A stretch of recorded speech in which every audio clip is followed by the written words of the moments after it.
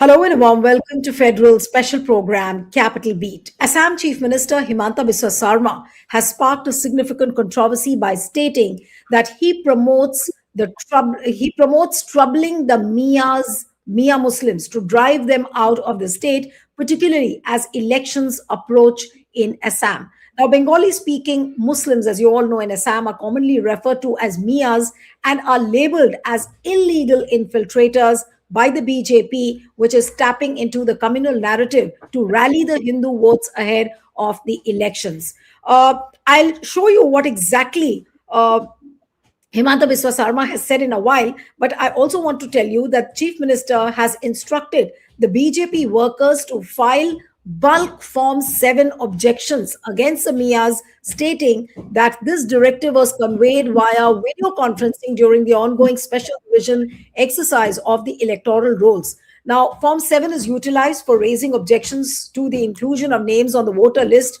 or for deleting one's own name or another's name. Now, the special revision of electoral rolls is currently underway in Assam, and the Congress party has previously alleged that Form 7 is being submitted en masse without adequate justification, calling for intervention from the chief electoral officer. Now, if a sitting chief minister is saying that he is legitimizing troubling the Miyas, what would one say? Now, I want to show you what exactly Himanta Biswa Sarma has said. Now, look at this comment. Trouble the Miya Muslims by any means. If they face trouble, they will go from Assam. If I want to give trouble to Miya, I go at 12 a.m. It's not an issue. We are directly against the Miya Muslims. We are not hiding anything. We directly say that we are against the Miyas.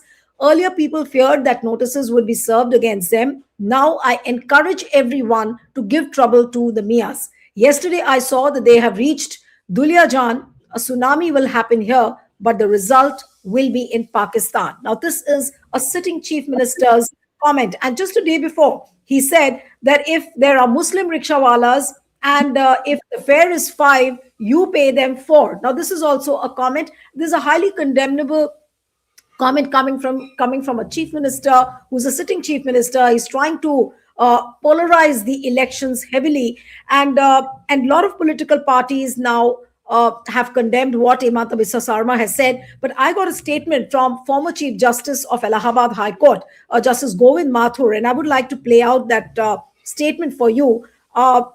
Unfortunately, he's not keeping too well, but he had sent the statement to me, and I thought I must play out this statement. He has said that highly condemnable statement of Assam Chief Minister, the statement made by Assam Chief Minister Himanta Biswa Sarma, that Miya Muslims should be harassed to the extent that they leave Assam is highly condemnable. Very often, he's giving such irresponsible statements, which is concerning. It's not just sad, but outrageous that a chief minister is trying to divide the citizens on the basis of religion. This is a violation of our civic norms and an attack on the spirit of our constitution. Our country is governed by constitutional morality and not by majoritarian sentiments. Article 14 guarantees equality before the law. Article 15 prohibits discrimination on the basis of religion. And Article 21 protects the dignity of every individual. As Chief Minister, Mr. Sarma has taken an oath to uphold the Constitution, and his words carry the weight of the state. If he speaks fear, if he spreads fear, exclusion, or hatred, he will be guilty of undermining the foundations of the Indian Republic. His communal actions are normalizing prejudice and promoting hatred in society. Leaders who divide citizens on religious lines are unacceptable in our constitutional democracy. By indulging in divisive rhetoric, the Assam Chief Minister is acting against constitutional morality, federal responsibility, and India's pluralistic ethos. When a constitutional office holder deviates from impartiality and equality, it's natural to question their suitability to continue in office. India's strength lies in unity, reason, and the rule of law, not communal polarization. It's high time to demand the resignation of a chief minister who spreads these kind of comments. Now, I'll head straight into the discussion, and the big question is that has Himanta Biswa Sarma crossed the constitutional line? Joining me this evening is Supreme Court lawyer and constitutional expert Sanjay Hegde. Mr. Hegde, thank you so much for joining. We also have Hafiz Rashid, who is the member of the Assam Civil Society. He's a lawyer himself. Thank you so much, Hafiz, for joining. And we also have our senior editor from the Northeast, from the Federal, Samir Purkaisa. Thank you so much, Samir, for joining. And I'll begin with Mr. Hegde. Mr. Hegde, how would you look at Himanta Biswa Sarma's comment? Not that it's happening for the first time, but this time he makes no bones about the fact that he's telling the BJP workers to file Form 7 in bulk. He's saying trouble the Miyas. He's trying to legitimize this action on record. Well, if anybody is not stopped, if your constitutional authorities, your election commission do not work or are seen as being ineffective, this is what will obviously happen.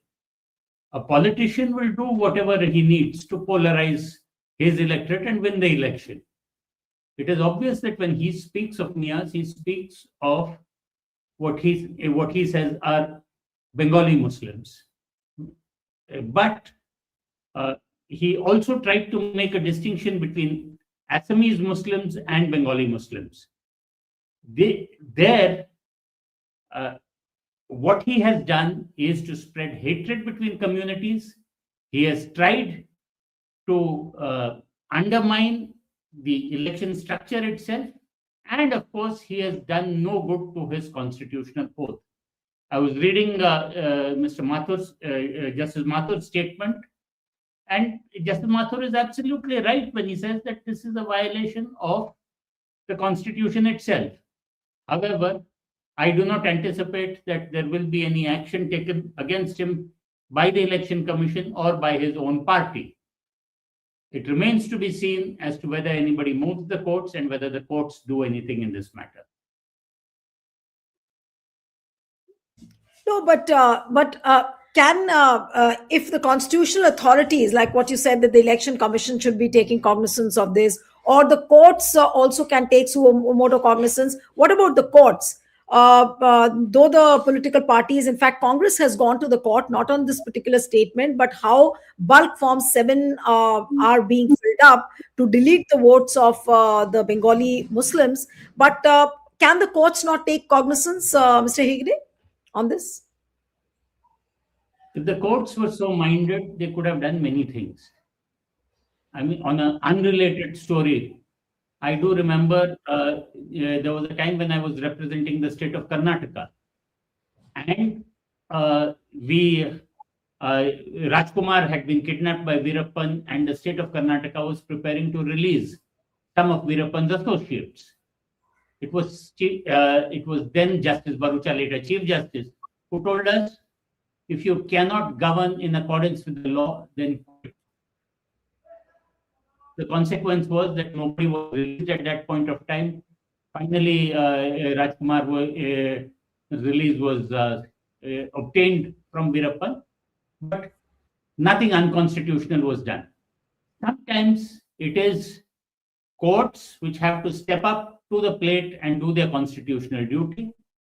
But on a larger sense, what is it that courts do?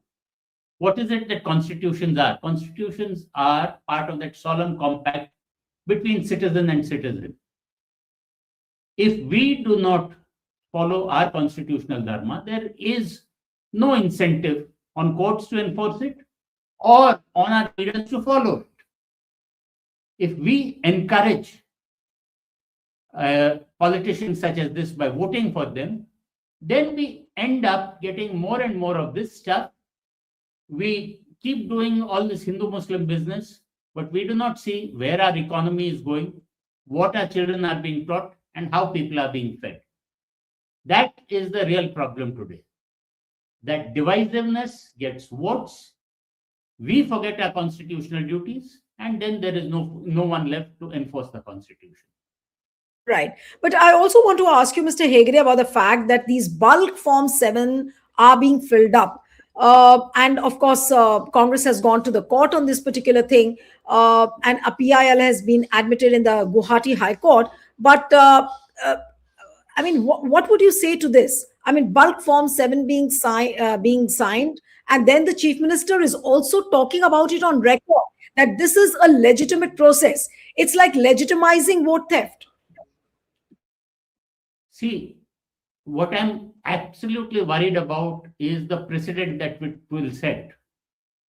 Today, there is one government in office and one set of election commissioners. Tomorrow, there may be another set of election commissioners, another government. Bulk forms being filled like this. Two can play at that game. It may well be that in another date, some other set of citizens will stand discriminated, and they will have to go along all the way to see that their names are not deleted from the electoral list, or to fight that their names are included in the electoral list. A PIL may very well be required to at least lay down guidelines that if in an area you see too many forms being submitted, then you must naturally hold an inquiry as to whether they are genuine. And in any event, you should not be able to delete any name unless the person whose name is sought to be deleted, you have proof that the person has been served a notice and that the person is not to be found. Right. And if any name gets deleted, there must be an emergency procedure to reinstate the name in case the person turns up even on voting day. Right. No, but Mr. Hegde, so far, if you've seen that, these developments could be described as administrative lapses or procedural misuse or overzealous verification. But Chief Minister's own statements now, actually, if you see, has collapsed that explanation. Now, if you have a head of an elected government openly acknowledging that notices are meant to keep one community under pressure, then obviously the issue is no longer about a bureaucratic error. It is like a declared intent. How dangerous is that?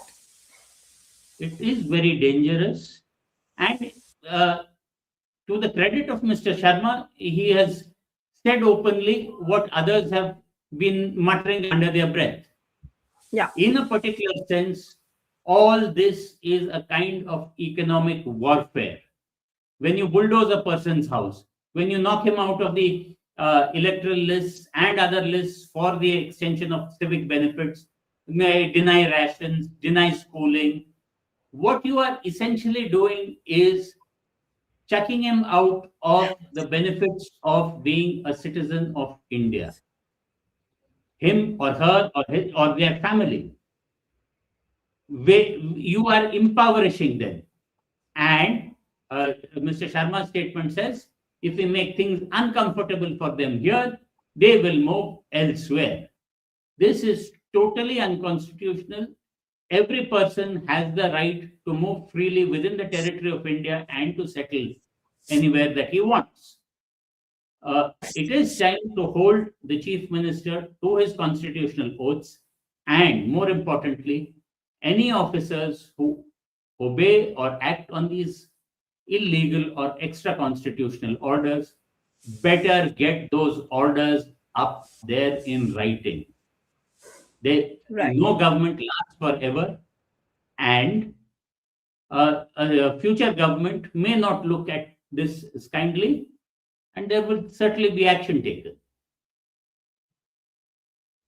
But also about the state machinery. Now, state machinery is supposed to be working neutrally, not specially to disturb or pressure a particular community. Now, here it seems that the administrative processes and this entire machinery is being used, and that too on record. Now, is this something unprecedented? And this is my last question to you, Mr. Hegde, because I know you have to go somewhere. Do you find this unprecedented? Because earlier also it has been done, it has been misused, but never a sitting chief minister has placed it on record that, look, this is how he's legitimizing it. Well, it has been done. One only has to look at the most populous state in India to see how it has been done. You have officers there who refuse to go by the law, who, when courts question them, have even managed to get the judge transferred. So but they're at least in the most populous state, the chief minister is not on record as saying that we have done this to specifically target community X or community Y. The state of Assam seems to be taking a very hardline stance, And while it might be politically expedient for an election also, it is doing permanent long-term damage to not only the state, but to the country as a whole. Right. All right. Thank you, Mr. Hegde. And I know you have a pressing engagement, so I'll let you go. Thank you very much once again for joining on the Federal. And I'll now come to Hafiz Rashid, who's a lawyer in the Gauhati High Court. He's an activist as well, part of the Assam Civil Society. Mr. Hafiz, what are the kind of things you are hearing after Himanta Biswa Sarma has made a statement like this? And is it true that all the political parties have moved the court now? Yes, Mr. Hafiz. You'll have to unmute. You'll have to unmute, Mr. Hafiz. Just Once Mr. Hafiz Rashid Chaudhry is also a senior Congress leader. all right. Okay. Okay. Yes. Yes. But Yes, Mr. yeah, Hafiz. Yeah. but here I am not representing Congress party. I have come as Yes. civil No, society. right. Right. You make your Then- statement. yes. Make your statement. I want to know that has Yes, I'm not Congress representing the moved? party. No. I want to know, has Congress moved the court? And what are you hearing from the other political parties? Because this is not something which is very, very ordinary. We never see a sitting chief minister making such brazen comments and legitimizing the administrative machinery to this kind of a misdemeanor. Yes. Now, basically, whole things is that Bangladeshi, non-Bangladeshi, Khilonja, here we say, Khilonja means indigenous people. So whole thing he is trying to divide on the basis of religion. Though he is saying that Miyas Muslim means East Bengal origin, Assamese Muslim, rather. East Bengal origin, because in their Assamese, they're speaking Assamese, culture Assamese, except one Barakbali 3 districts, of course, they are speaking their Bengalis in their mother tongue. But the rest of the districts, they are speaking Assamese at their mother tongue. Their Bengali origin. So what initially he tried to divide between Bengali speaking Muslim and Assamese speaking Muslim. Original. So he failed because we, the civil society activists, we tried to integrate both that Muslims are Muslims. Now his statement about so far Miya is concerned, he is referring only Muslims. He's saying Miya, Bengali speaking origin, but actually he is meaning by Muslims only. And he is inciting and promoting that the Hindus people to come and harass those people at the instance of the Chief Minister, Himanta Biswa Sarma. Now he is saying that so long I am there, I would like to keep them under pressure. Is it the way how to say a constitutional post is holding? And what that nobody is taking is so much action. Now the things which is saying Supreme Court recently stated in 2 cases, recently, just in last 20 January, in 2 cases, that one is Shaheen Abdullah case and another is Ashwini Kumar case. They said if somebody is making hate speech, then what is to be done?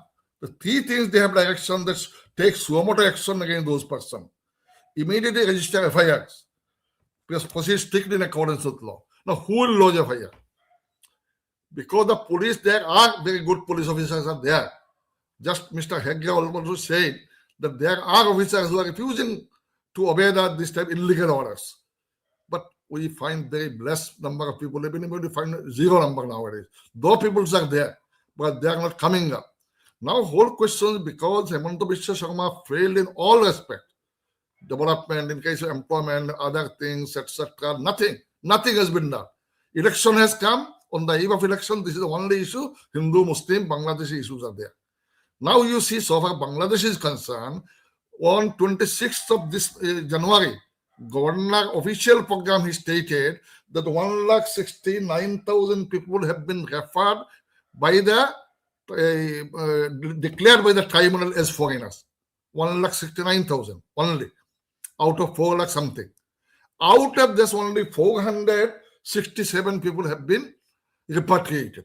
Only 467. This is 126th of January. And he is saying for the inception up to October 2025. This. So you are not, every time you are saying the lakhs and lakhs Bangladeshi, you do it. There is an accord, there is a law. Section A is now added in the Citizenship Act, which say that after post 71, everyone is to go. Everyone is to go. We all agree to that, Assam Accord. It is a law now. So you tell them, let them go. Now you are evicting the people. What you are saying that Bangladeshi we are evicting. You illegal. You say illegal. If they are illegal, he said doubtful Muslim, doubtful Miyas. If they're doubtful, where is the doubtful? Doubtful there must be D booter. If there is a D now, system Assam. So these things are there, but whole problem is that he is evicting the people in the name of illegal migrant, but as a result, Indian Muslims are also being evicted from that here. So this is the things which is going on. My only question is this is nothing political, trying to polarize the people only for election. After April, nothing will remain. Only for political he is doing. And now one day I expect that some action should be taken against him, suo moto as per Supreme Court's order. Right. Okay. So that only if the Supreme Court takes suo moto cognizance, or any court takes suo moto cognizance of this fact. But coming to you, Samir, now that Samir, how do you think that will these statements really help Himanta Biswa Sarma winning elections once again in Assam? Do you think it will really help to polarize the voters in Assam? See, Nilu, there are lots of theories going around why BJP is selectively targeting a particular community, and maybe Himanta Sarma inadvertently spilled the beans. He in Upper Assam in Digboy, he had said rather he appealed to the people not to pay legitimate fear if the rickshawala is from a particular community. So what is the intent? Now the people may say whether you are this drive against illegal migrants, NRC, is a kind of ploy to create a cheap labor force. Is this the ploy? So I'm just saying, it's there are lots of conspiracy theories doing around. So what is the message he is trying to convey through this kind of statement? And another theory is this, that you instill so much fear that ultimately Muslim communities, for the sake of their survival, they will have to, lean towards the BJP. They will have to surrender themselves before the BJP, that we are coming to your fold, you give us protection. Is this the point? Samir, do you find this time in 2026, is this political play more brazen than the last time? Obviously, this time, in Assam, even prior to Himanta Biswa Sarma, we had seen a BJP-led government headed by Sarbananda Sonowal. It was not so polarized. So, and if you see Hafizda has rightly pointed out, if you see the track record of this government, perhaps Himanta Biswa Sarma is the most inefficient chief minister in the history of Assam. And I have covered Assam for more than 2 decades. So I have seen Prafulla Mahanta, I have seen Tarun Gogoi, I have seen Sarbananda Sonowal. Look at the unemployment rate. Look at the this debt to GDP ratio.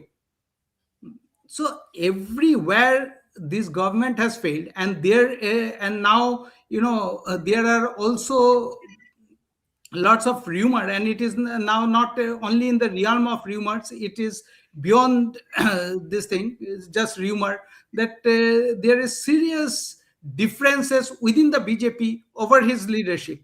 A senior BJP leader and former state president Rajan Gauhati left the party because of him. So and there are many such senior BJP leaders who are disgruntled because apparently because of this, like what you're saying, that many BJP leaders are disgruntled, but do you see any kind of an opposition to Himanta Biswa Sarma's leadership, an open opposition? So I'm coming to that. So look, BJP, what is the rallying point? When it comes to, you can bring all the disgruntled faction and unite in the BJP only through this polarizing politics. When it's Hindu Muslim, then all BJP leaders, irrespective of their political differences within the party, they fall in line. They start supporting this kind of polarization politics. So Himanta Biswa Sarma knows it very well, that to unite different factions within the BJP, the only card he can play is this polarizing politics. Now, for the sake of record, let me tell you who is this Miyas. Even in general perception outside Northeast, people tend to think that, oh, these are Bengali speaking Muslims, so they must be migrants. Forget about illegal. Even these people are not even migrants. See, in 1874, Gwalpara, undivided Gwalpara district, which was part of then undivided Bengal, was annexed to Assam with its people. And even at that point of time, this entire area was, dominated by Bengali speaking Muslims. So they are, forget about illegal, they are not even migrants. They are the indigenous inhabitants of those areas, as much as any Boruas, any Gogois or Sarmas. And if you trace history, then the Sarmas and this thing, many, they will, their ancestry, you will to maybe Kanauj and all those places. But these people are indigenous son of the soil. Right. Absolutely. So let me now come to Hafiz Rashid. That a lot of people on the social media have been commenting on the fact that he should face arrest for the kind of comments he's made. Do you think now the PIL has been filed in the Gauhati High Court? How hopeful are you that the judges over there might respond very positively to this kind of a PIL and order some and give some strict directions against Himanta Biswa Sarma? Can they do that? You see, basically, PIL is filed on SR, special revision. That part, Yes. the people, he is troubling the people by issuing notice. But he is saying that he is asking the people to give notice against them. So, PIL is on that point only on that point. So far PIL is concerned, because Representative People Act is there, conduct of election rules is there, so Constitution of India is there, because election commission uses section 31 of the Representative People Act. Because what is going on in Assam, complaints are coming in the name of Mr. X. Now X existence is not available. It's not traceable.